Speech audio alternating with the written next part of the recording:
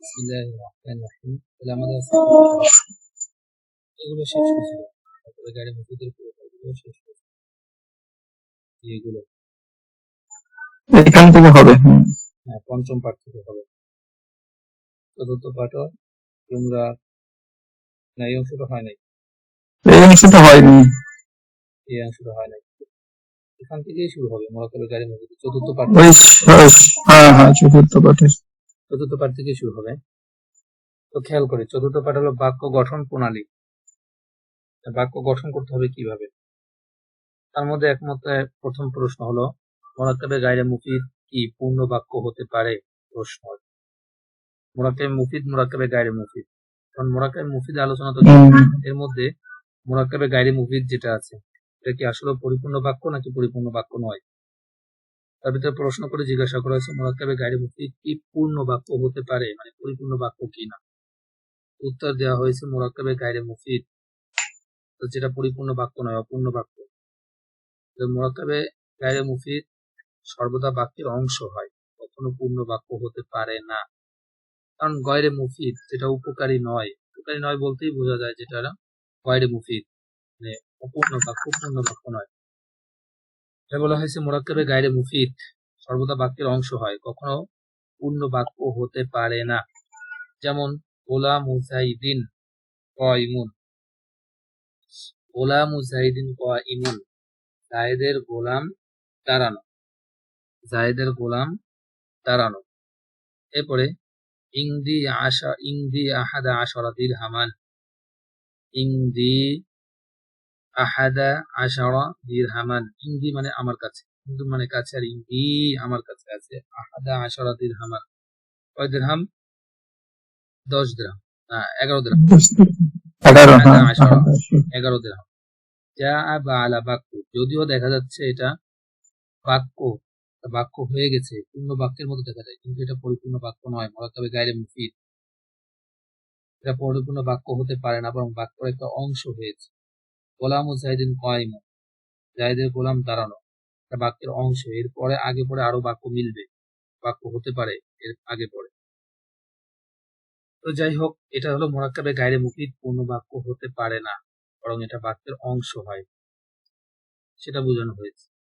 এরপরে জুমলা বা বাক্য, জুমলা বলে বাক্যর প্রয়োজন নেই। জুমলা মানে বাংলা সেটাকে বাক্য বলা হয়, আরবিতে জুমলা বলে। জুমলা গঠন করতে হলে কয়টি কালিমা প্রয়োজন? কয়টি কালিমা হলে শব্দ, কালিমা মানে শব্দ, কয়টা শব্দ হলে জুমলা হতে পারে? এটাকে শব্দকে বাংলায় আরবিতে কালিমা বলে। মোট কয়টা শব্দ হলে বাক্য হতে পারে, কালিমা হতে, জুমলা হতে পারে? তো উত্তরে বলা হলো, কোন জুমলা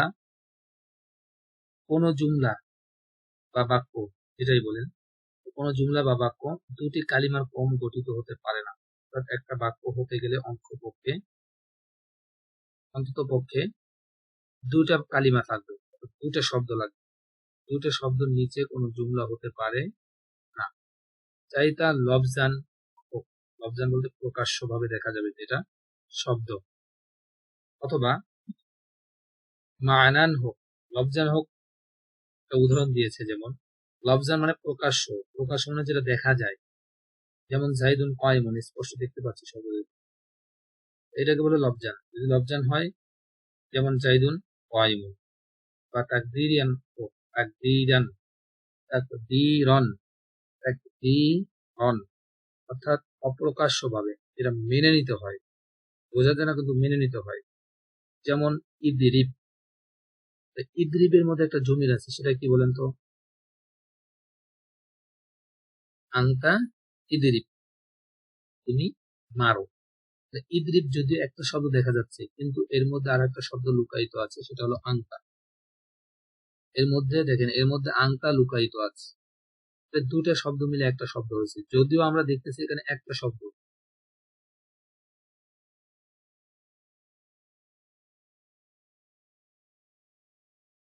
দুটি শব্দ লাগবে, দুটি শব্দের নিচে কোনো বাক্য হতে পারবে না।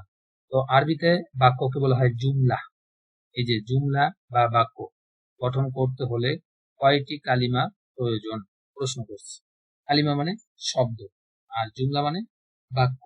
তাহলে প্রশ্ন করলো বাক্য গঠন করতে হলে মানে জুমলা, জুমলা মানে বাক্য, জুমলা বা বলতে পারেন বা বাক্য বলতে যেটাই বলেন, জুমলা গঠন করতে হলে কয়টি কালিমা প্রয়োজন, মানে কয়টা শব্দের প্রয়োজন?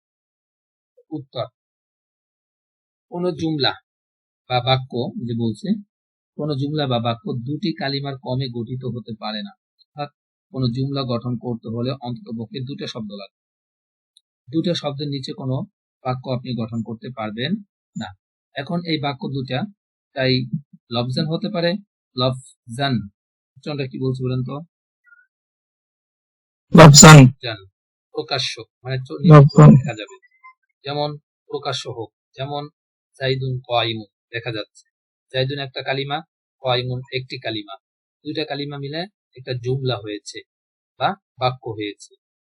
অথবা তাকদীরান হবে, বলছি তাকদীরন, তাকদীরন, তাকদীরন মানে অপ্রকাশ্য, যেটা দেখাও যেতে পারে, মানে যেটা দেখা যাবে, অপ্রকাশ্য যেটা দেখা যাবে না।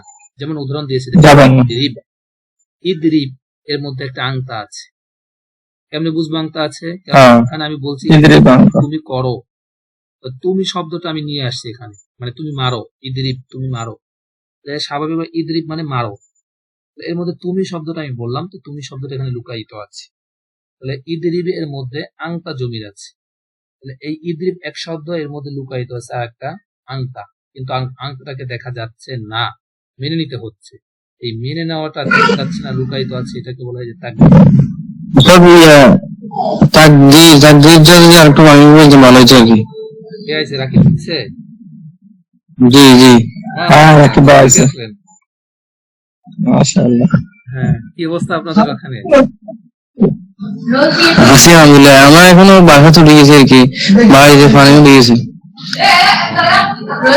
আমি আর আপনার কথা বলতে গেল কি অবস্থা, আব্দুল্লাহ ভাইয়ের কোনো খবর নাই, কেউ কি ওইদিকে লোক কিনা? জি আব্দুল্লাহ ভাই তো ওই নোয়াখালী, তো নোয়াখালী, আব্দুল্লাহ ভাই আমরা তো ভিন্ন নোয়াখালী। নাম্বারে কল দিলাম, ঢুকে না, ঢুকছে কিন্তু রিসিভ করে। আচ্ছা যাই হোক, মাশাআল্লাহ আপনি আসতে পারছেন, আলহামদুলিল্লাহ। আচ্ছা তাহলে বলছিলাম বাক্য গঠন করতে হলে বাক্যকে জুমলা বলা হয় আরবিতে, আর শব্দকে আরবিতে কালিমা বলে। বাক্য গঠন করতে সর্বনিম্ন জুমলা, সর্বনিম্ন দুটি শব্দ হবে না। এটা বাংলাও এমন, ইংলিশেও এমন, দুটি ওয়ার্ড ব্যতীত একটি সেন্টেন্স হতে পারে না।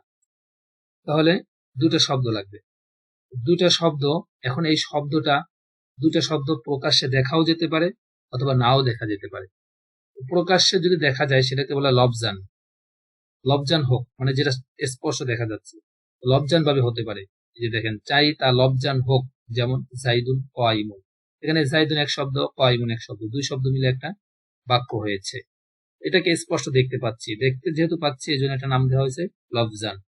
অথবা দেখা যাবে না, যেমন তাকদীরন, তাকদীরন, তাকদীরন, তাকদীরন হবে মানে অপ্রকাশ্য, যেটা দেখা যাবে না। যেমন ইদরিব, এখানে ইদরিব তুমি মারো, তুমি মারো অর্থ ক্ষেত্রে আমরা বলতেছি তুমি মারো, এখানে তুমি শব্দ নিয়ে আসছি, তুমিটা এখানে লুকায়িত আছে, কিন্তু শব্দ এখানে একটা আছে, ইদরিব মারো, তুমি মারো, এই যে শব্দটা লুকায়িত আছে, এই লুকায়িত থাকাটাকে বলা হয় তাকদীরন।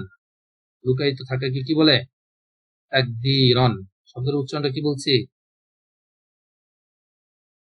বলেন? হ্যাঁ, তাকদীরন মানে অপ্রকাশ্য, লুকায়িত, যেটা দেখা যায় না। যেমন সহজে বুঝি, যেমন ইদরিব, এখানে একটা শব্দ আছে, একটা শব্দ তো আমরা জানি বাক্য হয় না, একটা শব্দ যেহেতু বাক্য হয় না, তো কিভাবে হলো? তা আমরা এখানে বলবো একটা শব্দ এখানে লুকায়িত আছে, সেটা কি আছে? তুমি। আর তুমি আরবিতে কি বলে? আংতা। এখানে আংতা শব্দ লুকায়িত আছে, এই যে লুকায়িত থাকে এটাকে বলে তাকদীরন, লুকায়িত আছে। অথবা দুইয়ের অধিক কালিমা দ্বারাও বাক্য গঠিত হয়, সেটা আপনারা জানেন যে 2 শব্দ, 3 শব্দ, 4 শব্দ, 5 শব্দ নিয়েও বাক্য আছে। বলছে অধিক কালিমা দ্বারাও বাক্য গঠিত হয়, তবে এই আদিক সীমা নেই, অর্থাৎ 2 এর অধিক 4, 5, 6, 7, 8 শব্দ নিয়েও বাক্য হবে। একটা বাক্যের মধ্যে 7, 8, 9, 10টা শব্দ নিয়েও কিন্তু কি হয়? বাক্য। সীমানা নেই, কিন্তু সর্বনিম্ন সীমানা কত? 2 এর নিচে কোনো দুইটা শব্দ দিয়ে বাক্য হয়, এবং দুইটা শব্দ লব্জান ও তাকদিরান হতে পারে। লব্জান মানে প্রকাশ্য, যেমন তাকদিরান হতে পারে, যেমন এর মধ্যে সেটা হলো আংতা। এই তাহলে এটা যে বাক্য গঠন করতে দুইটা শব্দ লাগে। তো দুইটা শব্দ স্পষ্টভাবে দেখানো যেতে পারে, যেটাকে লব্জান বলা হয়, অথবা অস্পষ্ট মেনে নিতে হয়, অপ্রকাশ্য মনে মনে মেনে নিতে হয়, যেমন ইদ্রিব। এখানে আমি একটা শব্দ মেনে নিতে হয়, ইদ্রিব, আংতা ইদ্রিব, তুমি এই বাক্য গঠন করার জন্য সর্বনিম্ন দুটা শব্দ লাগবে। বাক্যের মধ্যে শব্দ বেশি হওয়ার কয়েকটি উদাহরণ। শব্দ দিয়ে বাক্য হয়, এখন একাধিক শব্দ দিয়ে বাক্য হতে পারে, এর উদাহরণ চাইছে। কারণ বলে যে শব্দ দিয়ে যে বাক্য গঠন হতে পারে সেটা বাস্তবে তো দেখাইতে হবে, শুধু বললে হবে না। বাস্তবে দেখানোর জন্য এখানে উদাহরণ দিয়ে দিচ্ছে, প্রশ্ন আকারে আছে। বাক্যের মধ্যে একাধিক শব্দ ব্যবহার হওয়ার কয়েকটি উদাহরণ দাও। উদাহরণ: বাক্যের মধ্যে কখনো 3 কালেমা ব্যবহার হয়, 3টা শব্দ নিয়ে বাক্য হতে পারে, যেমন দরাবা জাইদুন আমরান। এখানে দরাবা এক শব্দ, জাইদুন এক শব্দ, আমরান আরেক শব্দ, 3টা শব্দ মিলে একটা বাক্য। দরাবা জাইদুন আমরান, দরাবা মানে মেরেছে, কে মেরেছে? জাইদুন। জাইদ মেরেছে, কাকে মেরেছে? আমরান, আমরকে। জায়েদ আমরকে মেরেছে। একটা নিয়ম খেয়াল রাখবেন, আমর লিখতে ওয়াও লাগে, আর উমর লিখতে ওয়াও লাগে না। কারণ দুইটা শব্দের উচ্চারণ কিন্তু মানে লিখতে গেলে একরকমের, শুধু উচ্চারণে ভিন্ন। তাহলে আমর লিখতে ওয়াও লাগে, আর উমর লিখতে কি লাগে না? ওয়াও লাগে না। এই নিয়মটা খেয়াল রাখবেন সবসময়। তাহলে আমরন পড়বেন না ওমর পড়বেন, তখন আর পেশটা লাগবে না। আচ্ছা, হ্যাঁ, বাক্য 3 শব্দের বাক্য, 3 শব্দ দিয়ে বাক্য হয়। আগে তো পড়ছে 2 শব্দ, সর্বনিম্ন 2 শব্দ, 3 শব্দের বাক্য। দরাবা জাইদুন আমরান, 3 শব্দ মিলে বাক্য হয়েছে। কখনো 4 কালেমা হয়, 4 শব্দ দিয়ে বাক্য হয়, যেমন দরাবা জাইদুন আমরান দরবান। দরাবা জাইদুন আমরান দরবান, মারার মতো মারছে, মানে যেভাবে মারার দরকার ওইভাবেই মেরেছে। জাইদুন আমরান দরবান, মারার মতো মেরেছে। এই দরাবা এক শব্দ, জাইদুন এক শব্দ, আমরান এক শব্দ, দরবান এক শব্দ, 4 শব্দ মিলে একটা বাক্য হয়েছে। দরবান শুধু দরবান, আলাদা অর্থ কি হয়? কঠিন মাইর দেওয়া, মানে দরবান স্বাধীনের মতো, মানে মারার যেভাবে দরকার ওইভাবে মারা। স্বাভাবিক অর্থ দর্ব মাজদার, মাজদার অর্থ তীর, আর দর্ব মানে কি? মারা। এখানে দর্ব মারা হয়। এক শব্দ আগে করা আছে, দরাবা জাইদুন, জায়েদ মেরেছে আমরান আমরকে, দরবান মার দেওয়া, যেভাবে মারা হয় এরকম। দরবান এটা মাজদার, মাজদার অর্থ হলো মারা, প্রহার করা, মারা। দুইবার আসার কারণে বা এইভাবে অর্থ হয়েছে আর কি। অর্থটা এইভাবে, দরাবা জাইদুন আমরান, জায়েদ মেরেছে, কিভাবে? দরবান, মারার মতো, যেভাবে মেরেছে। মাজদার অর্থ তো মাজদার দরব, শুধু আলিফ লাম দিয়েই মাজদার হয় না, এর মধ্যেও কিন্তু আছে মাজদার। দরবান শাদীদান, দরবান দর ইবন আদরিবা দরবান, এই দরবান আপনার এটা দিলে বের হয়ে যাবে। 5 শব্দ দিয়ে 5টা শব্দ দিয়ে বাক্য হবে, যেমন জাইদুন আমরান দরবান শাদী, দরাবা জাইদুন দরবান শাদীদা। দরাবা এক শব্দ, জাইদুন এক শব্দ, আমরান এক শব্দ, দরবান এক শব্দ, শাদীদান আরেক শব্দ, 5 শব্দ মিলে বাক্য হয়েছে। জাইদুন আমরান শাদীদান, জায়েদ আমরকে কঠিন প্রহার করেছে। দরাবা জাইদুন, জায়েদ মেরেছে আমরকে, দরবান শাদীদান কঠিন মাইর দেওয়া, আর শাদীদান মানে কঠিন, অধিক কঠিন মাইর দিয়েছে। এই গেল 3 শব্দ, 2 শব্দ, 3 শব্দ, 4 শব্দ, 5 শব্দের বাক্য। বেশিও হয়, বেশি কোনো সীমা নেই, আরো অনেক অধিক শব্দ দিয়ে হতে পারে। এরা দেখবে একাধিক শব্দ দিয়ে বাক্য হতে পারে, এর কোনো সীমানা নেই।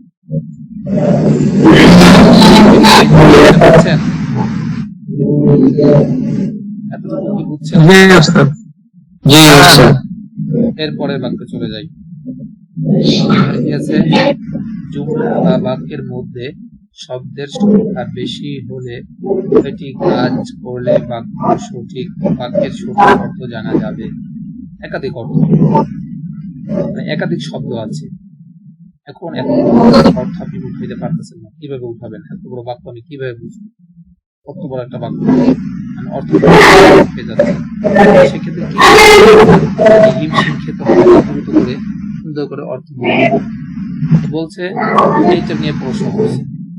এখন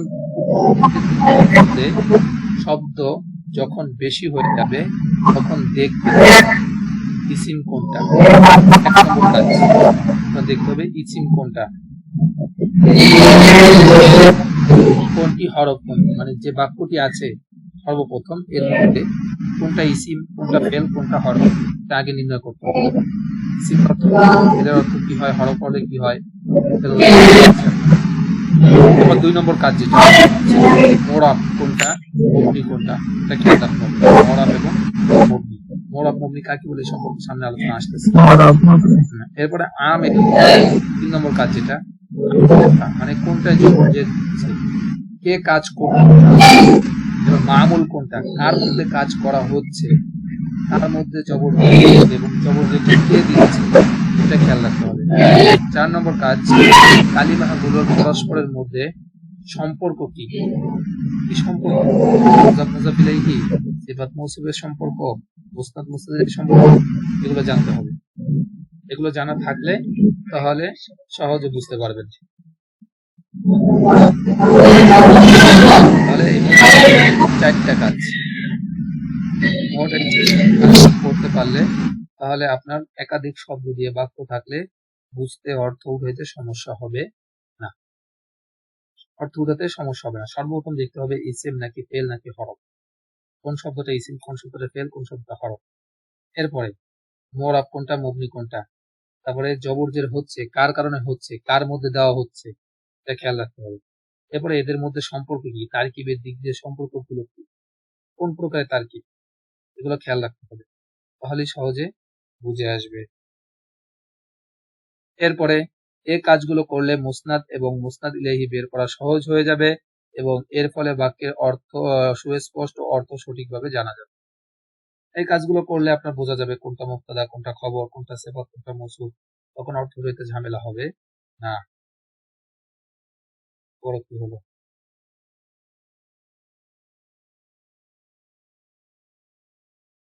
পরীক্ষা ছুটি হয়েছে, বন্ধ। শুক্রবার আবার চলে যাবো। আচ্ছা, এরপরে খেয়াল করি, তাহলে বলছে এই 4টা কাজ যদি জানা থাকে তাহলে আমাদের বাক্যের অর্থ উঠাইতে আর কোনো সমস্যা হবে না। এই গেল আজকের বিষয়। তাহলে মোট পড়া গেল কি, আমাদের মূল পড়া গেল যে মুরাক্কাবে গায়রে মুফিদ এটা পূর্ণ বাক্য হতে পারে কি পারে না। উত্তর দিল যে না, এটা কখনো পূর্ণ বাক্য হতে পারে না, বরং এটা বাক্যের অংশ হয়। তারপর গেল বাক্য হতে হলে কয়টি শব্দ লাগে, সর্বনিম্ন 2টি শব্দ লাগে। তো সর্বোচ্চ কতগুলো শব্দ হতে পারে, বলছে এর কোনো সঠিক সীমা নাই, এর অনেকগুলো শব্দ হতে পারে। এরপর গেল বাক্যের মধ্যে যদি মানে একাধিক শব্দ থাকে, তারপর গেল বাক্য 2 শব্দ 3 শব্দের বাক্য, ওগুলো তো আলাদা একটার মধ্যে গেল। এরপর গেল যে বাক্যের মধ্যে একাধিক শব্দ থাকলে সেইগুলোর অর্থ উঠানোর ক্ষেত্রে যদি হিমশিম খেতে হয়, সেক্ষেত্রে কয়টি কাজ করতে হবে, 4টি কাজ করতে হবে। এইগুলো মোট আর পরের বিষয়টা, মানে চতুর্থ পাঠে। আর পঞ্চম পাঠে আজকে আসবে যে আমরা পড়লাম ইসিম, ফেল, হরফ। এখন ইসিম চিনবো কিভাবে? তো বললো যে বাক্যের মধ্যে যদি একাধিক শব্দ থাকে তার মধ্যে অর্থ উঠানোর ক্ষেত্রে ঝামেলা যেন না হয়, সেক্ষেত্রে আমাদের লক্ষণীয় কি দেখতে হবে, ইসিম কোনটা, ফেল কোনটা, হরফ কোনটা, এটা দেখতে বলছে। তারপরে বলছে কি, তারপরে বলছে কোনটা মৌরাব, কোনটা মুবনি, কোনটা আমেল, কোনটা মামুল, এদের মধ্যে সম্পর্ক কি। তো সর্বপ্রথম যে বিষয়টা বলছে সেটা ইসিম, ফেল, হরফ নির্ণয় করতে বলছে। এখন ইসিম এবং হরফ এবং ফেল চিনবো কিভাবে, এগুলোর চেনার উপায় কি, সহজে বুঝবো কিভাবে কোনটা ইসিম কোনটা ফেল? এটার জন্য তো কোনো চিহ্ন, কোনো আলামত থাকার প্রয়োজন। বলছে হ্যাঁ, এটার জন্য আলামত আছে, চিহ্ন আছে। এই চিহ্ন দেখলে বোঝা যাবে যে এটা হলো ইসিম, এটা হলো ফেল, এটা হলো হরফ। প্রত্যেকটার জন্য আলাদা ইসিম ব্যবহার, মানে ইসিমের জন্য আলাদা চিহ্ন থাকবে, আলামত যেটাকে বলে আরবিতে। তারপরে ফেলের জন্য আলামত থাকবে, হরফের জন্য আলামত থাকবে। তো ইসিম, ফেল ও হরফের আলামত সমূহ পঞ্চম পাঠের আলোচনা। 1 নম্বর, ইসিম কাকে বলে? ইসিমের পরিচয়টা আগে শিখে নিতে হবে। তো ইসিম ওই শব্দকে বলে, এটা মিজানের মধ্যে পড়ছেন আপনারা। ইসিম ওই শব্দকে বলে যে নিজেই নিজের অর্থ প্রকাশ করতে পারে এবং তার অর্থের মধ্যে 3 জামানার কোনো জামানা পাওয়া যায় না। জামানা মানে কাল, অতীতকাল, কাল বলি যেটা, হ্যাঁ, তিন কালের কোনো কাল পাওয়া যায় না। 3 কালের কোনো একটা কাল পাওয়া যায় না, তাকে ইসিম বলে। নিজেই নিজের অর্থ প্রকাশ করতে পারবে এবং সেই 3টা কালের কোনো কালের সে মুখাপেক্ষী না এবং কোনো কাল তার মধ্যে পাওয়া যাবে না। যেমন উদাহরণ, রজুলুন, একজন পুরুষ। এই সংজ্ঞা আপনারা মিজানের মধ্যেও পড়ছেন। ওরা আবার এখানে গেল, এখন বলছে এই ইসিম চিনব কিভাবে? ইসিমের আলামত কয়টি? এটা হলো গুরুত্বপূর্ণ একটা পড়া। গুরুত্বপূর্ণ পড়ার ভিতরে এটা একটা অনেক গুরুত্বপূর্ণ পড়া, এই জন্য খেয়াল রাখতে হবে। ইসিম চিনব কিভাবে, আলামত কয়টি, এর আলামত কয়টি তা খেয়াল রাখতে হবে। তো ইসিম চেনার উপায়, 1 নম্বরে শব্দের শুরুতে আলিফ লাম যুক্ত হওয়া। আলহামদু, এটা ইসিম। আলহামদু, এটা ইসিম, কারণ এই যে আলিফ লাম, ইসিমের শুরুতে আলিফ লাম থাকে, এটা খেয়াল রাখবেন। এরপরে শব্দের শুরুতে হরফে জর হওয়া, যুক্ত হওয়া। যেই শব্দটা ইসিম হবে ওই শব্দের শুরুতে একটা হরফে জর থাকবে। যদি হরফে জর সেটা যে কোনো যেটাই হোক না, হরফে জরের মধ্যে যেগুলো আছে সেগুলো একটা থাকতেই হয়েছে। তো বলছে শব্দের শুরুতে, মানে যে শব্দটাকে ইসিম বানাবো ওই শব্দের শুরুতে হরফে জর থাকবে। যেমন বি জাইদিন, মানে জাইদুন শব্দটা ইসিম কিন্তু শুরুতে বা আসছে। তাহলে কি বুঝলাম? ফেলের শুরুতে হরফে জর ব্যবহার হোক বা না হোক সেটা দরকার নেই, কিন্তু ইসিম এর শুরুতে হরফে জর ব্যবহার, এটা হলো মূল বিষয়। ইসিম এর শুরুতে হরফে জর আসে, হরফে জর থাকবে। 3 নম্বর, যে শব্দটাকে ইসিম বানানো হবে ওই শব্দের শেষ অক্ষরে তানবিন থাকবে, পেশ, 2 পেশ, 2 জবর 2 জের 2 পেশ থাকবে। তাহলে তানবিন যুক্ত হওয়া, যেমন জাইদুন, এখানে 2 পেশ হয়েছে। জাইদিন ও বিজাইদিনের কারণে হচ্ছে এই। এরপরে 4 নম্বরটা, মুসনাদ ইলাইহি হতে হবে। মুসনাদ ইলাইহি কেমন? জাইদুন কাইমুন, জাইদুন কাইমুন, এই যে জাইদুন এটা মুসনাদ আর কাইম হলো মুসনাদ ইলাইহি। তাহলে এই জাইদুন মুসনাদ ইলাইহি আর কাইম হলো মুসনাদ, মুসনাদ এবং মুসনাদ ইলাইহি হওয়া, ঠিক আছে? মুসনাদ ইলাইহি হতে হবে। এরপরে মুজাফ হওয়া, মুজাফ হওয়া, যেমন গোলামু জাইদিন, মানে গোলামু, যে গোলামু এটা কিন্তু ইসিম। মুজাফ ইলাইহি এটা তো আছে, জাইদিন এটা তো অলরেডি ইসিম, জাইদুন নাম, যে তানবিন হওয়ার কারণে এটা তো আছে। কিন্তু এই যে গোলামু এটা কিভাবে ইসিম হলো? এটা ইসিম হওয়ার জন্য মুজাফ হয়েছে, এই জন্য এটা ইসিম, গোলামু। এরপরে যে বিষয় 6 নম্বরটা, মুসাগগার হওয়া। মুসাগগার বলতে কি, এভাবে মুখস্থ রাখেন, পরে বলতেছি, এটার জন্য আলাদা আলোচনা আসবে মুসাগগার কাকে বলে। এখানে এভাবে মুখস্থ করেন, এটার বিস্তারিত আলোচনা সামনে আসতেছে। মুসাগগার হওয়া, যেমন কুরাইশুন, এটা ওজন, এই এই যেটা ওজন, যেমন ফাআলা এটার সাথে মিল দিয়ে পড়া হয়, নাসারা, দারাবা, সামিআ, এই যে মিল দিয়ে পড়ি। ঠিক কুরাইশুন এই শব্দটাকে খেয়াল রাখবেন, এর ওজন। ও আইলুন, কুরাইশুন, মিলান, ও আইলুন, কুরাইশুন, এটা ওজন, এই ওজনটা খেয়াল রাখবেন। ও আইলুন, ও আইলুন, হ্যাঁ, বুঝেছি, এটা ও ওজন আইলুন, এটা, যেমন ফাআল, খরচার মতো হচ্ছে। ও আইলুন, কুরাইশুন, এটা মনে রাখবেন। এটার সাথে মুসাগগার মানে তাসগীর, মানে মিল দেওয়া, মিল দিয়ে যদি এরকম কোনো শব্দ এটার সাথে এরকম মিলে যায় তাহলে সেটাও ইসিম, মনে রাখতে হবে। কোন একটা শব্দ যদি এটার সাথে কুরাইশুন এটার মতো মিলে যায় তাহলে মনে রাখতে হবে সেটাও ইসিম, এগুলো মুসাগগার। এরপরে মানসুব হওয়া, মানসুব, যেমন বাগদাদিয়ুন, বাগদাদিয়ুন, একটা এলাকার নাম, সেদিকে নিসবত করা হয়েছে, নিসবত থেকে মানসুব, মানুষের দিকে। যেমন যে ইন্ডিয়ান আছে তাকে নামের শেষে ইন্ডিয়ান বলা হয়, পরে খায়রাবাদ যাদের বাড়ি তাকে খায়রাবাদী বলা হয়, যশোর যশোরী বলা হয়। এই যে প্রত্যেকটা নামের শেষে যে একজন এলাকার নামের দিকে সম্পৃক্ত করা, এগুলো মানসুব, ঠিক আছে? যেমন বাগদাদিয়ুন, এরকম ভাবে বাগদাদের অধিবাসী। 8 নম্বর, মুসান্না হওয়া। মুসান্না মানে তাসনিয়াকে মুসান্না বলা হয়। তাসনিয়া মানে দ্বিবচন, ওয়াহিদ মানে এক বচন, জমা মানে বহু বচন। তাসনিয়াকে মুসান্না বলা হয়। মুসান্না মানে দ্বিবচন হওয়া, যেমন রজুলানে, রজুলুন এক বচন, রজুলানে দ্বিবচন। দ্বিবচন হলে এটা ওই ইসিম, খেয়াল রাখতে হবে। মাজমু হওয়া মানে মাজমু মানে জমা, জমাকে বহু বচনে মানে আরবিতে জমার বহু বচনকে বলা হয় মাজমু। মাজমু মানে জমা, এটা তো বহু বচন, বহু বচনের নাম হলো জমা। আর জমা এর আরবিতে বহু বচন হলো মাজমু। বুঝতে পারছি? জমা জি জি, তাসনিয়া যেরকম মুসান্না হলো এরকম আর কি। তাসনিয়ার মুসান্না হলো। যেমন বহু বচনকে আরবিতে কি বলে? বহু বচনকে আরবিতে বলে জমা। আর এই জমার জমা কি মানে জমার বহু বচন হলো মাজমু। মাজমু, আচ্ছা। তাহলে মুসলিমুন এটার মধ্যে পার্থক্য কি? মুসলিমুন এক বচন, মুসলিমুন এটা বহু বচন, আর এটাও বহু বচন। রিজালুন এটাও বহু বচন, মুসলিমুন এটাও বহু বচন। বহু বচন, হ্যাঁ। রিজালুন মানে যত বহু বচন আছে, বহু বচনকে আরবিতে মাজমু বলে। বহু বচনকে আরবিতে কি বলে? ওটা একরকম যে মুসলিমুন, এটা একরকম বুঝা, এটা যে একরকম রিজালুন। রিজালুন জমা তো আর একরকম হয় না, সবসময় আপনার একরকম না, জমা বানানোর নিয়ম আছে। জমার জন্য কখনো ওয়াও এবং নুন যোগ করে জমা বানানো হয়, আবার আলিফ লাম দিয়েও কখনো জমা বানানো হয়। জমা কয়ভাবে বানানো যায়, বহু বচন কয়ভাবে বানানো যায়, এই সিস্টেমের সাথে পড়বে, এটার মধ্যেই আসবে। হ্যাঁ, এবারে মুসলিমাইনি, মুসলিমুনা এটা অ নুন দিয়ে বানানো হয়েছে। আবার কখনো দেখবেন আলিফ লাম দিয়ে বানানো, আলিফ দিয়ে বানানো হবে, যেমন রিজালুন আলিফ দিয়ে বানানো হয়েছে। আর রজুলুন জমা রিজালুন এটা তো প্রসিদ্ধ, কিন্তু এগুলো যে জমা বানানোর কয়টা নিয়ম এগুলো শিখতে হবে, আসবে সব ধারাবাহিকভাবে আসবে। তারপরে মাউসুফ হওয়া, মাউসুফ হলে মনে করবেন এটা কি হবে, যেমন আলিম, আলিমুন কারবুন রজুলুন, রজুলুন মাউসুফ, একটা শব্দের মধ্যে একাধিক আলামত পাওয়া যাবে কি? মানে তাহলে এই একটা শব্দের মধ্যে কিন্তু একাধিক গুণ পাওয়া যায়। কেমনে দেখেন, হ্যাঁ তানবিন পাওয়া গেছে, মাউসুফ পাওয়া গেছে, কিন্তু এই বিষয়গুলো একটার মধ্যে একাধিক গুলো পাওয়া যাবে।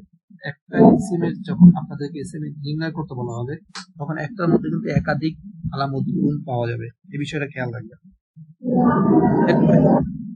11 নম্বরটা, শব্দের শেষে তায়ে মুতাহাররিক হওয়া, মানে লাস্টে তা থাকবে, তা থাকলে মনে করবেন তায়ে মুতাহাররিক মানে হরকত যুক্ত, জবর জের পেশ যুক্ত তা থাকবে, তাহলে সেটাকে বলে তায়ে মুতাহাররিক, হরকত বিশিষ্ট তা যুক্ত হওয়া। যেমন দরিবাতুন এটাও ইসম, কাইদাতুন, দরিবাতুন, নাসিরাতুন, খারিজাতুন, সব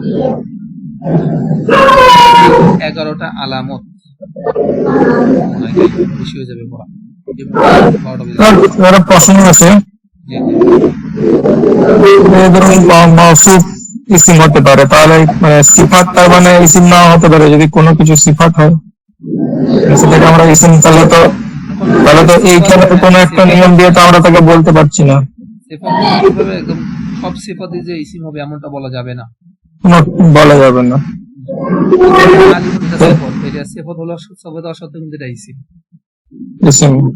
সেটাকে আমরা তাহলে কোন নিয়মের মধ্যে ফেলবো, এই আলিমনটাকে 11টার মধ্যে? হ্যাঁ, এখানের মধ্যে দেখেন কোনটা অধীনে আসছে, তানবিনের নিয়মে ফেলতে হবে। তানবিন মুসনাদিলের জন্য পড়ছে, তানবিনটাও হবে তো, মুসনাদিলে পড়ছে, তানবিন পড়ছে।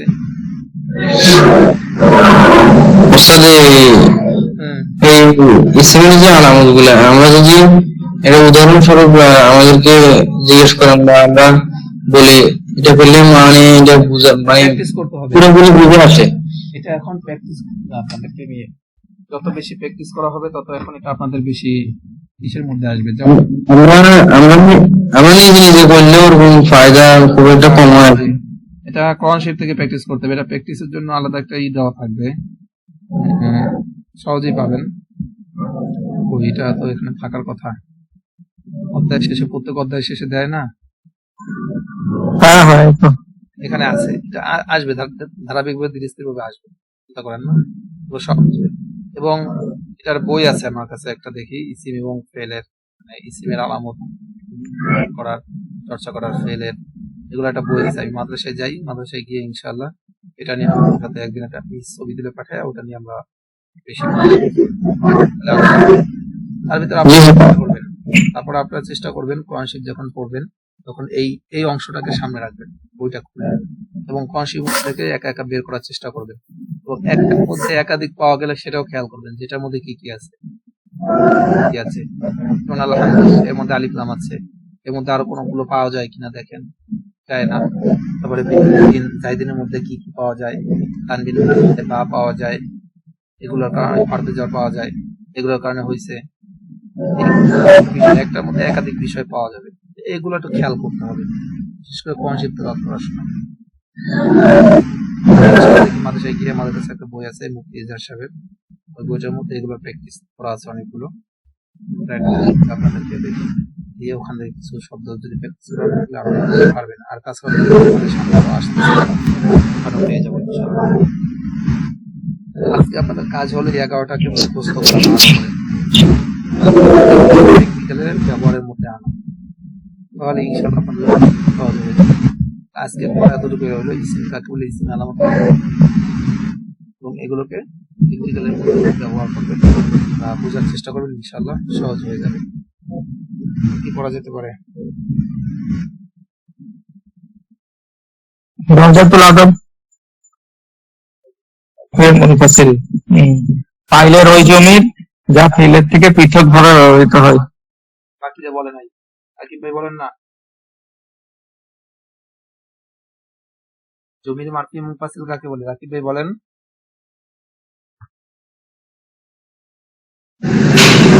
ঠিক আছে, সালাম আলাইকুম। জমির মারফি মুনফাসিল কাকে বলে?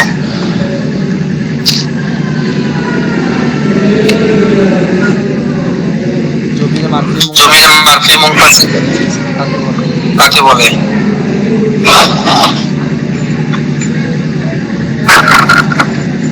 জি স্যার, জমির মারফি মুনফাসিল কাকে বলে? মুনফাসিল বিচ্ছিন্ন জমিটা কি? পরিপূর্ণ সংখ্যাটা বলেন। বলেন। ফাইলের ওই জমিকে বলে যা, ফেলের জমি, না ফাইলের ওই জমিকে বলে যে ফাইলের সাথে বিচ্ছিন্নভাবে ব্যবহৃত হয় বা পৃথকভাবে ব্যবহৃত হয়। ফেল থেকে এটা সাথে তো হয় না, ফেল থেকে ফাইলের সাথে পৃথকভাবে ব্যবহৃত হয় বা বিচ্ছিন্নভাবে ব্যবহৃত হয়। যারা কি ভাই জমি আবার বুঝলি? আচ্ছা, এবার আমার কথা ডাবল হয়। না, এবার ঠিক আছে। রাকিব ভাই মনে হয় রাকিব ভাই আবার একটু খোলেন তো। আল্লাহ, রাকিব ভাই রাকিব ভাই তোমাদের কি কেমন আছেন? জি উস্তাদ, এখন শোনা যায়? আপনার জন্য আমার কথা কেমন হয়? আপনি অন্য কোনো অবস্থায় দুবার করে আসছে। বুঝছি। জমির মারফি মুনফাসিল গুলো কি কি? ওই তো আনা নাহনু, আনতা আনতুমা আনতুম, আনতি আনতুমা আনতুন্না, হুয়া হুমা হুম, হিয়া হুমা হুন্না। বাকিরা বলেন জমির মারফি মুনফাসিল গুলো কি কি? আছে সবাই? জমির মারফি মুনফাসিল গুলো কি কি? রাকিব ভাই বলেন। জি উস্তাদ, এখন শোনা যায়? হ্যাঁ শোনা যায়। জমির মারফি মুনফাসিল গুলো কি কি?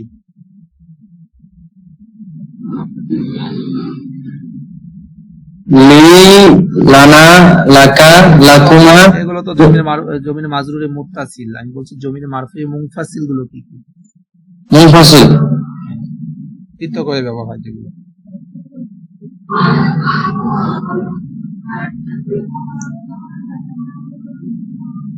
এগুলোই তো লি, লানা, এগুলোই তো বিচ্ছিন্নভাবে ব্যবহৃত। লিনা, আনা, আনা নাহনু ওগুলো। জি স্যার। আনা নাহনু, আনতা আনতুমা আনতুম, আনতি আনতুমা আনতুমনা, হুয়া হুমা হুম, হিয়া হুমা হুন্না। না, ভুলে গেছেন, ভুলে গেলে তো হবে না, মনে রাখতে হবে, একদম মুখস্থ থাকতে হবে। তো ওগুলোকে জমির মারফি মুনফাসিল বলে। জমির মারফি মুনফাসিল কাকে বলে? জমির মারফি মুনফাসিল ওই জমিরকে বলে ফাইলের ওই জমির। এই কথা বলে ফাইলের ওই জমি ফাইলের ওই জমিকে বলে যে ফাইলের সাথে বিচ্ছিন্নভাবে রয়েছে। এর সাথে না, ফেল থেকে থেকে পৃথক মানে মুনফাসিল। ও ফাইলের থেকে বিচ্ছিন্ন। হ্যাঁ, সাথে হলে মুত্তাসিল হয়, কারণ মুত্তাসিল মানে মিলিত, আর পৃথক মানে মুনফাসিল, পৃথক হয়ে ব্যবহার হয়। এরপর আজকে 3 নম্বর সবক। 3 নম্বর হলো জমিরে মাজরুরে মুত্তাসিল। জমিরে মাজরুরে মুত্তাসিল, হরফে জ্বর, জ্বর জ্বর যেটা, আর জ্বরের পরে যেটা হয় ওটাকে মাজরুর বলে। তাহলে মাজরুরে মুত্তাসিল, জের হওয়ার কারণে মাজরুর। তাহলে ফাইল ওই জমির, মানে ফাইলটা বলা দরকার নেই। জমিরে মাজরুরে মুত্তাসিল কাকে বলে? ওই জমিরকে বলে। জমিরে মাজরুরে মুত্তাসিল কাকে বলে? ওই জমিরকে বলে যেটা হরফে জ্বরের সাথে মিলিত হয়ে ব্যবহার হয়। হরফে জ্বরের সাথে মিলিত হয়ে, মিলিত হওয়ার কারণে মুত্তাসিল, আর মিলিত হওয়ার কারণে মুনফাসিল। ওই জমির যেটা হরফে জ্বরের সাথে মিলিত হয়ে ব্যবহার হয়। হরফে জ্বর গুলো কি কি? অনেকগুলো আছে, আপনারা জানেন 17টা। তার মধ্যে 1 নম্বর আছে যেটা দেওয়া আছে, লি আছে, বি আছে, মিন আছে, আলা আছে, এগুলো সব হরফে জ্বর। এর মধ্যে লি, লাম দিয়ে শুধু, এই লির সাথে লাস্টে ইয়াটা আছে, ইয়াটা হলো জমির। জমির ইয়াটা কার সাথে মিলে আসছে? লামের সাথে। কারণে নাম হরফে মাজরুরে মুত্তাসিল। মুখস্থের ক্ষেত্রে লি, লানা, মানে শুধু তখন তো লাস্টে শুধু ইয়াটা, না লাস্টে নাটা, তারপরে কাটা, উমা, এতটুকু শুধু জমি। বাকি প্রথমটা লাটা হলো লি, লা, এই পুরোটা হলো হরফে জ্বর। লি, লানা, লাকা। এখন লি মানে কি? লি আমার জন্য, আমার জন্য, বোঝায়। লি আমার জন্য, লানা আমাদের জন্য, লাকা তোমার জন্য, লাকুমা তোমাদের দুজনের জন্য, সকলের জন্য। লাকা, হ্যাঁ লাকা হবে না, এখানে লাকি হবে। লাকি, লাকি তোমার জন্য, তুমি একজন মহিলার জন্য। লাকুমা তোমাদের দুজন মহিলার জন্য, লাকু সকল মহিলার জন্য। লাহু তার জন্য, লাহুমা তাদের দুজনের জন্য, লাহুম তাদের সকলের জন্য, লাহা সেই মা তাদের দুজন মহিলার জন্য, লাহুন্না তাদের সকল মহিলার জন্য। এখন এত লাম দিয়েছিল, এখন এখানে যদি ফি যোগ করি তাহলে কি হবে? ফি তো এমনিও ফি একটা আলা এগুলো পরিবর্তন লাগে, অন্যরকম অন্যরকম লাগে। বলেন, আলা দিয়ে বললে হবে আলাই না, আলাই না, লাগবে। দুইটা ইয়া থাকলে জানেন যে একটাকে একটার মধ্যে তাসদিদ দিয়ে ঢুকাই দিতে হয়। তাহলে আলা এর মধ্যে তো একটা ইয়া আগে আছে, আর এর সাথে যদি আরেকটা ইয়া যোগ করি তো দুইটা একত্রে হলে দুইটা ইয়া একত্রে লিখে পড়া যায় না। তো সেক্ষেত্রে কি করতে হয়? একটা ক্যারেক্টার মধ্যে ঢুকিয়ে দিয়ে ইদগম করে, ইদগম করে তাসদিদ দিতে হয়। তাহলে আলাইয়া হবে আমার উপরে, আলাইয়া, ঠিক আছে। তারপরে ফি দিয়ে বললে এরকম হবে, ফি ইয়া, ফি দিয়ে বললে হ্যাঁ, তারপরে মিন দিয়ে বললে মিন্নি, ওটা তো ওটা মিলে, ওটা সমস্যা নেই। ফি দিয়ে ইয়া থাকে, আলার মধ্যে ইয়া থাকে, তো ওটা দিয়ে বললে আলাইয়া, ফি ইয়া। আলা দিয়ে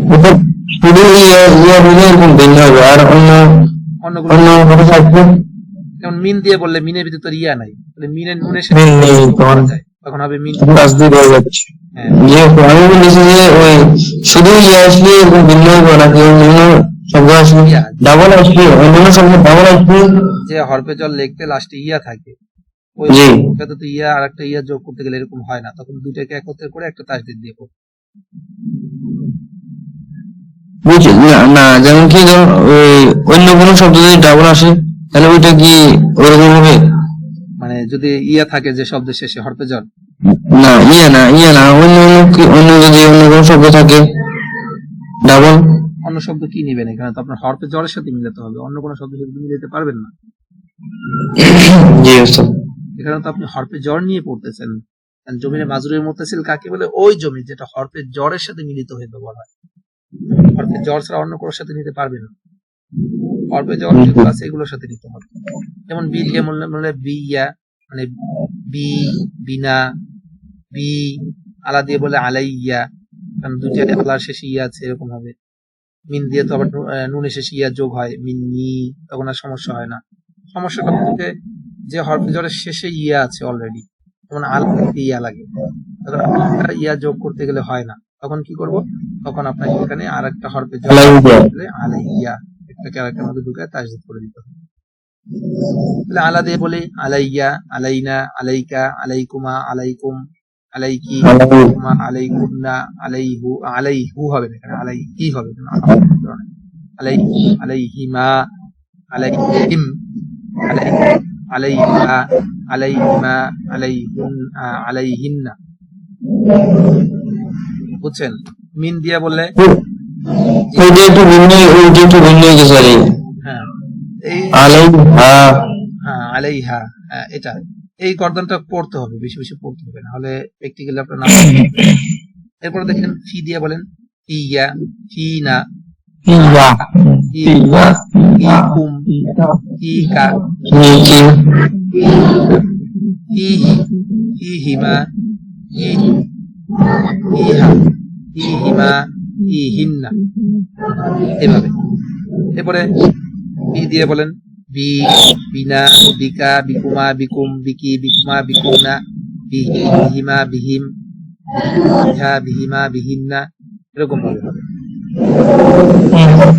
এরপরে আরো হরফে জর আছে, নিচের দিবি আরো, দেখেন এখানে এই যে দেওয়া আছে, দেখেন ইলা দিয়া, ইয়া, এখানে দেখেন ইলা শেষে ইয়া, ইলাইয়া, ইলাইনা, ইলাইকা, ইলাইকুমা, ইলাইকুম, ইলাইকুম, ইলাইকুম, ইলাইকি, ইলাইকুমা, ইলাইকুম। হ্যাঁ, এইভাবে শব্দ এখন বলা হয়। ইলাইহিমা, ইলাইহি, ইলাইহিমা, ইলাইহিম, ইলাইহা, হ্যাঁ, ইলাইহা, ইলাইহিন্না, এইভাবে। এরপর দেখেন এখানে আরো দিচ্ছে, এই যে কয়েকটা ব্যবহার দিয়ে দিচ্ছে কিভাবে, ফিহি তার মধ্যে, মিনকা তোমার থেকে, ইলাইকুম এখানে জাল করবে, মিনত থেকে, আমার থেকে, মিন্না আমাদের থেকে, ইয়ত মধ্যে, আমার মধ্যে, ফিনা আমাদের মধ্যে, ফিকা তোমার মধ্যে, ফিকুমা তোমাদের দুজনের মধ্যে, এরকম হবে। ইলা দিয়ে হলো দিকে, দিকে বুঝায়, পর্যন্ত। ইলাইয়া আমার দিকে বা আমার পর্যন্ত, ইলাইনা আমাদের দিকে পর্যন্ত, এরকম ভাবে। তোমার দিকে, আনত থেকে, আন্নি আমার থেকে, আন্না আমাদের থেকে, আনকা তোমার থেকে, আনকুমা তোমার থেকে, আর আলার উপরে আমার উপরে, আলাইনা আমাদের উপরে, আলাইকা তোমার উপরে, আলাইকুমা তোমাদের উপরে, এরকম ভাবে। তোমার জন্য, লানা আমাদের জন্য, বিয়ত সাথে, বিয়া না বি আমার, বিনা আমাদের সাথে, বিকা তোমার সাথে, বিকুমা তোমাদের সাথে, বিকুম, এরকম সবগুলো ব্যবহার এখানে মোটামুটি 2-4টা দেওয়া আছে, এখান থেকে এগুলো শিখে নিতে হবে। যেমন তার মধ্যে, মিনকা তোমার থেকে, আনহুন্না তাদের থেকে, আলাইহিম তাহা তার জন্য, বিকুমা তোমাদের দুজনের সাথে, তারপরে ইলা দিকে, আমার দিকে, মিনকুন্না তোমাদের থেকে, ইলাইনা আমাদের থেকে, আনকুম আমাদের থেকে, ইহিমা তাদের দুজনের মধ্যে, ইলাইহা তাদের তার দিকে, আলাইকি আলাইকা তোমার উপরে, লাকুম তোমাদের জন্য, আনকা তোমার থেকে। এই যে দেওয়া আছে এরকম ভাবে, এগুলো দিয়ে সবগুলো গর্দান টানা, লিলা নালা কালাকুম আলাকুম ওদের দেওয়া আছে, এরকম ভাবে মিন দিয়ে আপনার এরকম সবগুলো 14টা জানতে হবে। মিন, মিনকুমা, মিনকুম, মিনকি, মিনকুমা, মিনকুম, এরকম হবে। ফি দিয়ে, ফিনা, ফিনা, ফিকুমা, ফিকুম, ফিকি, এরকম সবগুলো করতে হবে। ইলা, ইলাইয়া, ইলাইনা, ইলাইকা, ইলাইকুমা, ইলাইকুম, আন দিয়ে, আন্নি, আনকা, আনকুমা, আনকুম, আনকি, আনকুমা, আনকুন্না, এরকম সব শেষ মনে বলতে হবে। আলা দিয়ে, আলাইয়া, আলাইনা, আলাইকা, আলাইকুম, আলাইকুম, বি দিয়ে, বিনা, বিকা, বিকুমা, বিকুম, সবগুলোদের উপর পড়তে হবে, অর্থটা খেয়াল রাখতে হবে, তাহলে দেখতে হবে। সবগুলো দিয়ে পড়তে হবে, আপনাদের কাজে লেগে সবগুলো এভাবে পড়া, এরকম অবশ্যই পড়তে হবে। এখানে 17টি যে দেওয়া আছে, মানে বলছে 17টি, কিন্তু 17টি এখানে সব দেওয়া নাই, এগুলা থেকে সবগুলো বের করতে হবে। আর দেখি মানুষের আমার কাছে বই নাই এখন, আর কিছু পড়া নাই। নাওমিন একটু অযোজনা, তবে এইটার মধ্যে দেওয়া আছে অন্য জীবনে আমি দেখছি মানে শতভাগ এর মধ্যে আছে নাহাবি সুন্দরভাবে আপনারা খুঁজলেই পাবেন। হরফে জরে আলোচনা, হরফে জর কয়টি ও কি কি? এটা সুন্দরভাবে আছে। হ্যাঁ, হরফে জর কয়টি ও কি কি নাহাবিমের মধ্যে আছে, তো ওখান থেকে দেখে পড়ে নিতে পারেন। তাহলে এটা আপনাদের পড়া, আর আমি এটা একটু দিয়ে দেই যে বাংলা থেকে আরবি, এটা আজকে পড়লে অনেক সময় লাগবে, ভিডিও লম্বা হয়ে যাবে।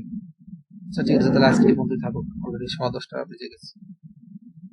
তাহলে ইনশাআল্লাহ হরফে জরের 3 নম্বর সবকের বাংলা থেকে এগুলো আমরা পড়বো ইনশাআল্লাহ। খেয়াল রাখবেন। তো স্যার একটা কথা ছিল, জি বলুন।